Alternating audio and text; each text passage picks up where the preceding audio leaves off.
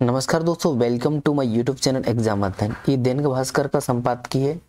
बड़ी आबादी जरूरी है या स्वस्थ शिक्षित समाज। बहुत ही शानदार ये टॉपिक है। आइए देखते हैं संपादकीय को।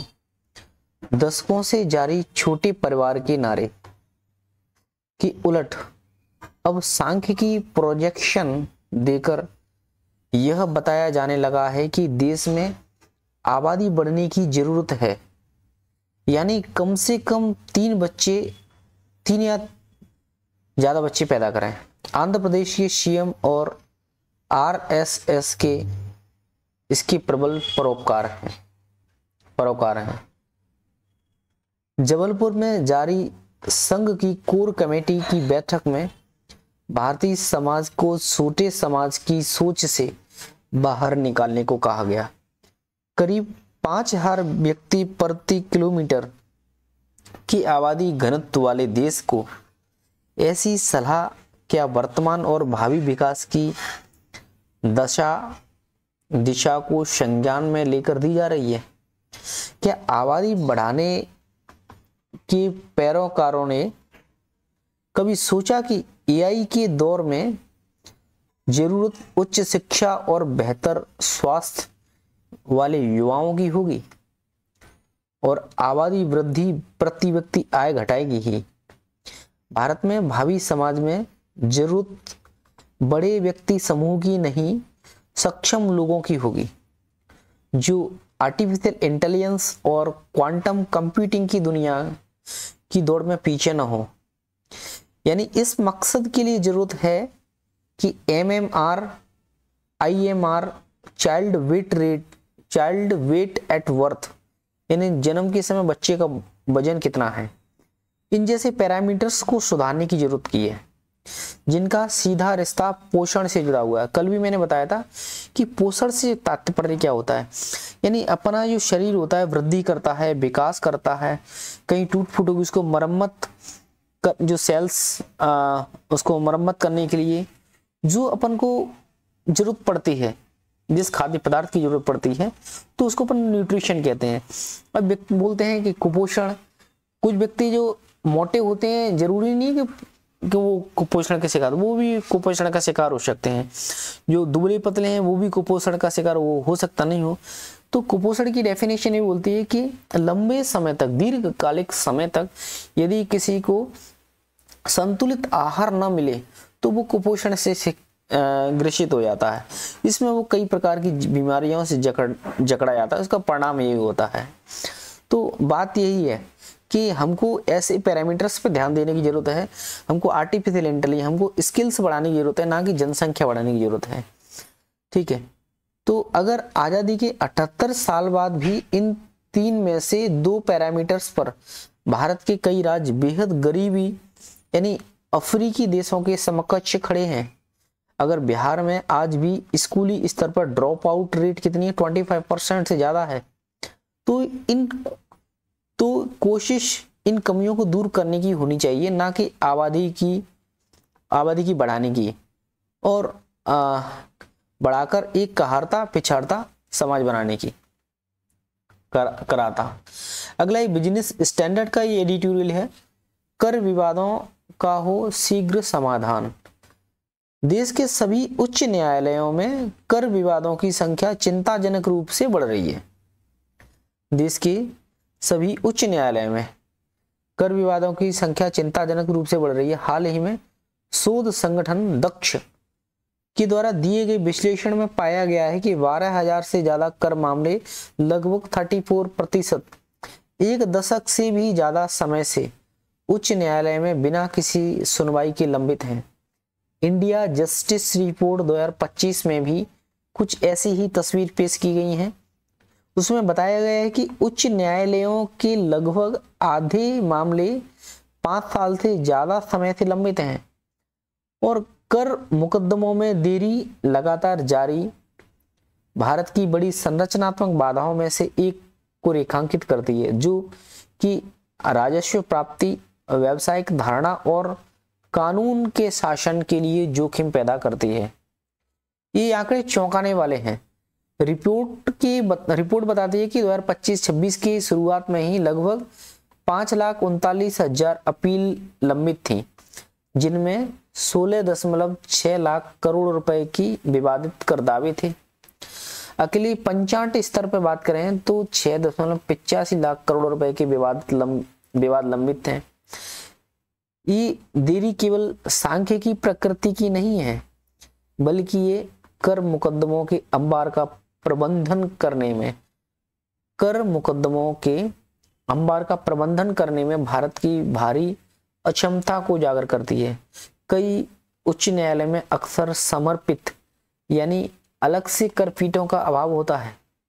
बार बार न्यायाधीशों के स्थानांतरण और न्यायिक रिक्तियों के कारण सुनवाई और धीमी हो जाती है। यहाँ तक कि प्रक्रिया को आधुनिक बनाने के लिए किए गए सुधार, जैसे कि 2020 में शुरू की गई फेसलेस अपील प्रणाली समस्या में फंस गई थी। इसका असर अर्थव्यवस्था पर होता है। जब लंबित मामलों का छोटे व्यवसायों पर अधिक प्रभाव पड़ता है, क्योंकि उनके पास समाधान के लिए आवश्यक धन का प्रभाव होता है। लंबी जांच या मुकदमेबाजी दुनिया की सबसे तेजी बढ़ती अर्थव्यवस्था में निवेश करने की इच्छुक विदेशी फर्मों की योजनाओं को भी खराब कर सकती है। इसलिए इससे साख खराब हो जाती है, इमेज खराब होती है इन चीजों से। तो इन मामलों को शीघ्रता से निपटाना उतना ही महत्वपूर्ण है जितना कि प्रक्रिया में निष्पक्षता सुनिश्चित करना है, विशेषकर तब जब खरबों रुपए मुकदमेबाजी में फंसे हों। एक विश्वसनीय समाधान के लिए संस्थागत और प्रक्रियात्मक दोनों तरह के सुधारों की आवश्यकता है, यानी संस्थात्मक और प्रक्रियात्मक दोनों तरह के। सबसे पहले उच्च न्यायालय में प्रशिक्षित न्यायिक अधिकारियों और क्षेत्र विशेषज्ञों के सहयोग से विशेषकर एवं वाणिज्यिक पीठों की विस्तार को प्राथमिकता दी जानी चाहिए। इसके लिए क्षमता विस्तार की आवश्यकता होगी, अन्यथा मानव संसाधनों को विशेषकर वाणिज्यिक पीठों में स्थानांतरित करने के अन्य मामलों में भी प्रगति प्रभावित होगी। दूसरा, सरकार को अनावश्यक वृद्धि को रोकने के लिए उच्च स्तर से नीचे की प्रणाली को सरल एवं सुव्यवस्थित करना चाहिए। इसका अर्थ है कि फिर से पंचायत स्तर पर अधिक क्षमता होगी। तीसरा, दशकों पुराने जो मामले हैं उनको निपटाने के लिए एक समयबद्ध अभियान को संस्थागत रूप दिया जाना चाहिए। अंत में स्वीकार किया जाना चाहिए कि कर विभाग जिस तरह से करदाताओं के साथ पेश आता है उससे बहुत सारे मुकदमे सामने आते हैं, अक्सर आक्रामक कर संग्रह लक्ष्यों के कारण। सकारात्मक बात यह है कि जो आयकर कानून को सुव्यवस्थित किया गया है और इसे अगले वित्त वर्ष से लागू किया जाएगा। उम्मीद है कि नया कानून है ज्यादा स्पष्टता लाएगा और करदाताओं और कर विभाग के बीच मतभेद कम करेगा। फिर भी बहुत कुछ इस बात पर निर्भर करेगा कि कर विभाग संभावित विवादों से कैसे निपटता है।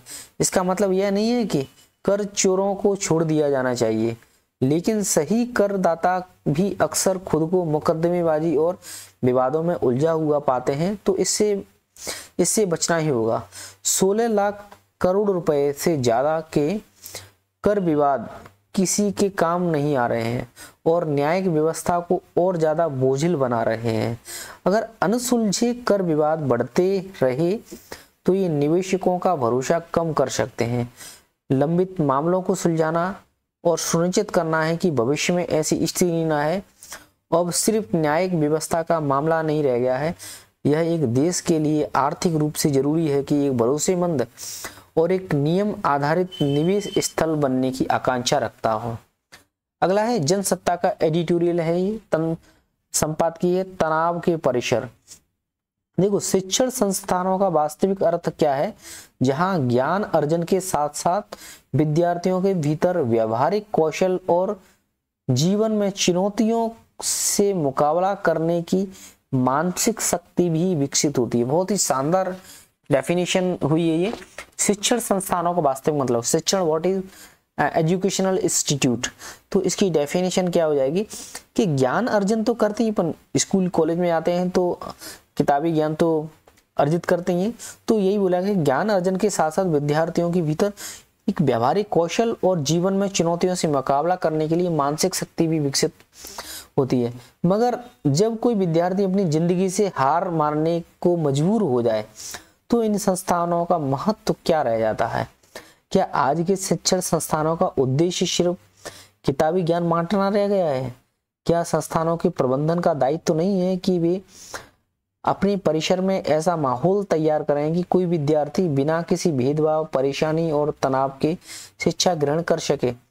इसी लापरवाही का नतीजा है देश भर में विद्यार्थियों की आत्महत्या के मामले साल दर साल बढ़ते जा रहे हैं। हालांकि सरकार की ओर से इस तरह की परिस्थिति से निपटने के लिए कई कदम उठाए गए हैं, लेकिन उन्हें जमीन पर उतारने की गंभीरता कहीं नजर नहीं आती है। जमीन पर उतारने की गंभीरता, यही कारण है कि अब सर्वोच्च न्यायालय ने सभी राज्य और केंद्र शासित प्रदेशों से शैक्षणिक संस्थानों में छात्रों में मानसिक स्वास्थ्य संबंधी समस्याओं और आत्महत्या के मामले से निपटने के लिए निर्धारित दिशा निर्देश के कार्यान्वयन पर 8 सप्ताह के भीतर विस्तृत ब्यौरा पेश करने के लिए कहा गया है। किसके बारे में?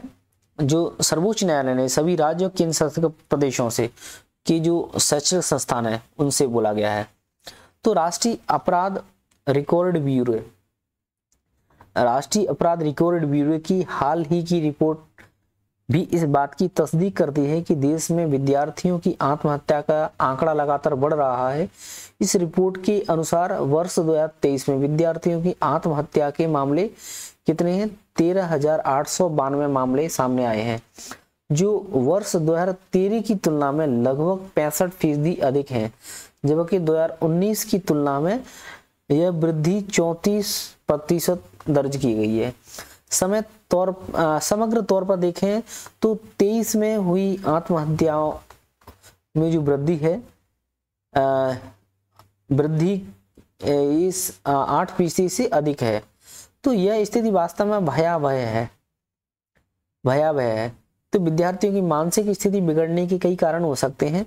क्या कारण हो सकते हैं? ऐसी पढ़ाई हो सकती है, पढ़ाई का दबाव हो सकता है, शिक्षा संस्थानों में हिंसा हो सकती है, जातिगत भेदभाव हो सकता है, या फिर घरेलू या फिर आर्थिक परेशानियां, कई दिक्कत हो सकती हैं। तो ये ऐसी समस्या है जिसका समय रहते समाधान किया जा सकता है। इसलिए सर्वोच्च न्यायालय ने इस मामले में 25 जुलाई के अपने इस फैसले में सरकार और शिक्षा संस्थानों को विस्तृत दिशा निर्देश जारी किए गए थे। शैक्षणिक संस्थानों में विद्यार्थियों की आत्महत्या के मामले में बढ़ोतरी बेहद संवेदनशील मसला है। सरकार और शिक्षा संस्थानों को विद्यार्थियों के मानसिक स्वास्थ्य संकट की गंभीरता से लेने की जरूरत है। इसके लिए राष्ट्रीय स्तर पर स्थायी नियमावली और दिशा निर्देश तैयार किए जाने चाहिए। शीर्ष अदालत ने अपने पूर्व के फैसले में भी यह निर्देश दिया था कि सभी राज्य और केंद्र शासित प्रदेश 2 महीने के भीतर तमाम निजी कोचिंग केंद्रों के लिए पंजीकरण और छात्र सुरक्षा मानदंड और शिकायत निवारण तंत्र अनिवार्य करने वाले नियम अधिसूचित करें। मगर राज्यों की उदासीनता का अंदाज इससे लगाया जा सकता है कि सर्वोच्च न्यायालय ने सोमवार को मामले की सुनवाई के दौरान दिशा निर्देश के कार्यान्वयन को लेकर गंभीर सवाल उठाए और इसमें दोहराई नहीं है कि शैक्षणिक संस्थानों और कोचिंग केंद्रों में विद्यार्थियों की आत्महत्या को रोकने के लिए अब एकीकृत और ठोस नियमावली लागू करने की जरूरत है। तो इनके प्रभाव की वार्षिक समीक्षा भी होनी चाहिए। उसी लिहाज से नियमों को अद्यतन किया जाना चाहिए ताकि विद्यार्थियों को किसी भी तरह के मानसिक दबाव से छुटकारा मिल सके। ये एडिटोरियल था आज की डेट का। तो इसमें इसमें तनाव के परिसर यानी जो विद्यार्थियों की आत्महत्या हो रही है, जो सुप्रीम कोर्ट ने आदेश दिया है, तो इससे संबंधित था। और एक जो था इसमें जो करों से संबंधित विवाद बढ़ते जा रहे हैं, बिजनेस स्टैंडर्ड का संपादकीय था। और एक अन्य जो दैनिक भास्कर का संपादकीय रहा है कि बड़ी आबादी जरूरी है या स्वस्थ शिक्षित समाज। तो थैंक यू, जय हिंद, जय भारत।